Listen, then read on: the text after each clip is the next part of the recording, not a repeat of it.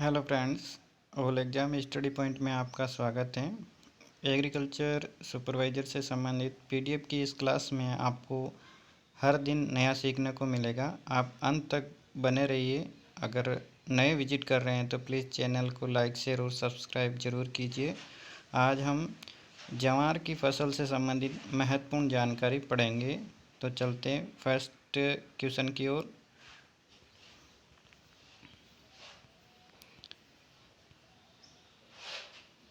First question है हमारा, ज्वार का वानस्पतिक नाम क्या है? तो ज्वार का वानस्पतिक नाम सोरगम बाइकोलर है। नेक्स्ट है हमारा, ज्वार का कुल क्या है? तो ज्वार का कुल ग्रेमिनी ग्रास या पोएसी कुल है। नेक्स्ट है, ज्वार का उत्पत्ति स्थान कौन सा है? तो ज्वार का उत्पत्ति स्थान अफ्रीका माना जाता है। नेक्स्ट है, विश्व में ज्वार का सर्वाधिक क्षेत्रफल कहाँ है? तो विश्व में ज्वार का सर्वाधिक क्षेत्रफल भारत में है। नेक्स्ट है, ज्वार की खेती किसके लिए की जाती है? तो ज्वार की खेती चारे व दाने के लिए की जाती है। नेक्स्ट है, ज्वार की शुरू अवस्था में कौन सी जड़ें पाई जाती हैं? तो ज्वार की शुरू अवस्था में जकड़ा जड़ें पाई जाती हैं। नेक्स्ट है, ज्वार का पौधा भूमि से पोषक तत्व किन जड़ों द्वारा प्राप्त करता है? तो ज्वार का पौधा भूमि से पोषक तत्व जकड़ा जड़ों द्वारा प्राप्त करता है।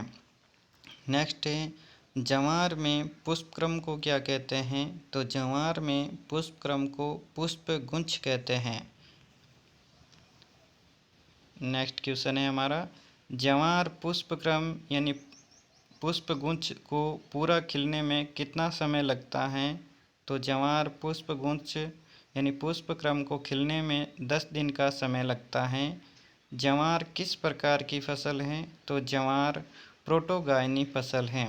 नेक्स्ट है, ज्वार में कौन सा प्रोटीन अधिक मात्रा में पाया जाता है? तो ज्वार में ल्यूसीन की मात्रा अधिक पाई जाती है, 7.4 से 17% पाई जाती हैं। ज्वार को खाने से कौन सा रोग होता है? तो ज्वार को खाने से पेलैग्रा रोग हो जाता है। नेक्स्ट, पेलैग्रा रोग किसके कारण होता है? तो पेलैग्रा रोग ज्वार में ल्यूसीन की अधिक मात्रा खाने के कारण पेलैग्रा रोग हो जाता है।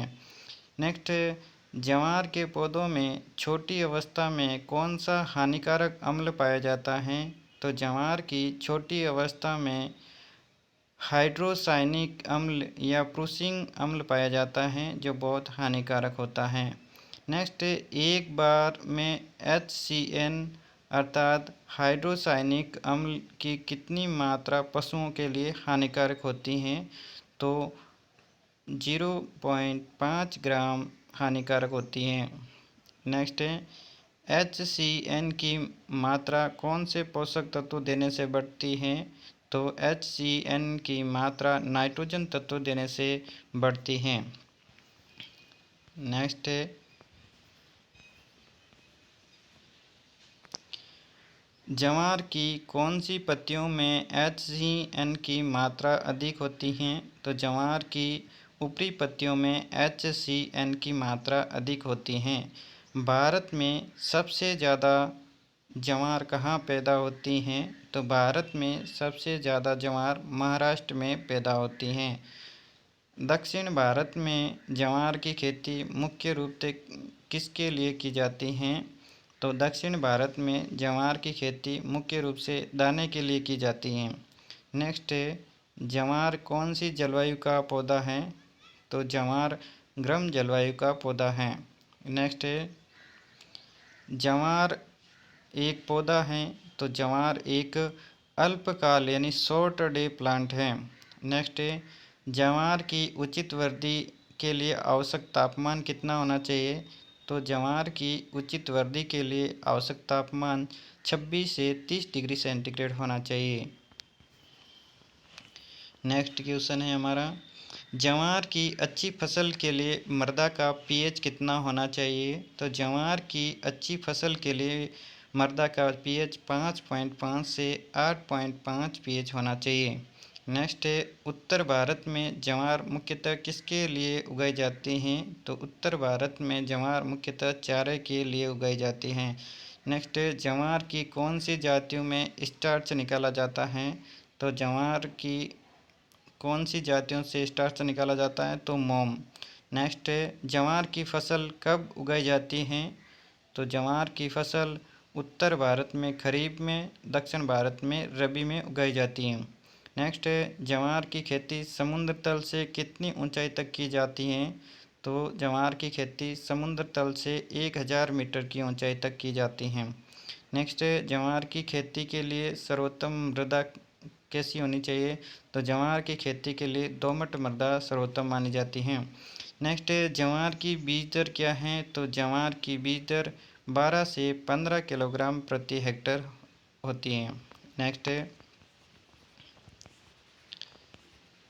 ज्वार में प्रति हेक्टेयर पौधों की संख्या कितनी होती है? तो ज्वार में प्रति हेक्टेयर पौधों की संख्या 1,50,000 से 2 लाख होती है। नेक्स्ट है चारे की फसल के लिए ज्वार की बीज दर होती है। तो चारे की फसल के लिए ज्वार की बीज दर होती है 30 से 35 किलोग्राम प्रति हेक्टेयर। नेक्स्ट है ज्वार की बुआई किस दिशा में करते हैं? तो ज्वार की बुआई सूर्योदय से सूर्यास्त की दिशा में करते हैं। नेक्स्ट है ज्वार की फसल में खरपतवार नियंत्रण के लिए कौन सा शाकनाशी उपयोग में लिया जाता है? तो ज्वार की फसल में खरपतवार नियंत्रण के लिए एंट्राजिन का उपयोग किया जाता है। नेक्स्ट है ज्वार की फसल के साथ कौन सी दलहनी फसल बोनी चाहिए? तो ज्वार की फसल के साथ सोयाबीन या अरहर की फसल बोनी चाहिए। नेक्स्ट है भारत में विकसित ज्वार की पहली संकर किस्म कौन सी है? तो भारत में विकसित ज्वार की पहली संकर किस्म CSH1 जो 1964 में विकसित की गई। नेक्स्ट है ज्वार की मिट्टी किस्मों में कितने प्रतिशत चीनी पाई जाती है? तो ज्वार की मिट्टी किस्मों में 17% चीनी पाई जाती है। नेक्स्ट है ज्वार की मिट्टी किस्में। तो ज्वार की मिट्टी किस्में हैं SSV53, SSV84 और SSV96 और ISV69। नेक्स्ट है ज्वार की कौन सी किस्में सबसे ज़्यादा मिश्रित खेती के लिए उपयोग की जाती हैं? तो CSH6। नेक्स्ट है ज्वार की फसल का साइलेज बनाने के लिए कटाई की जाती है।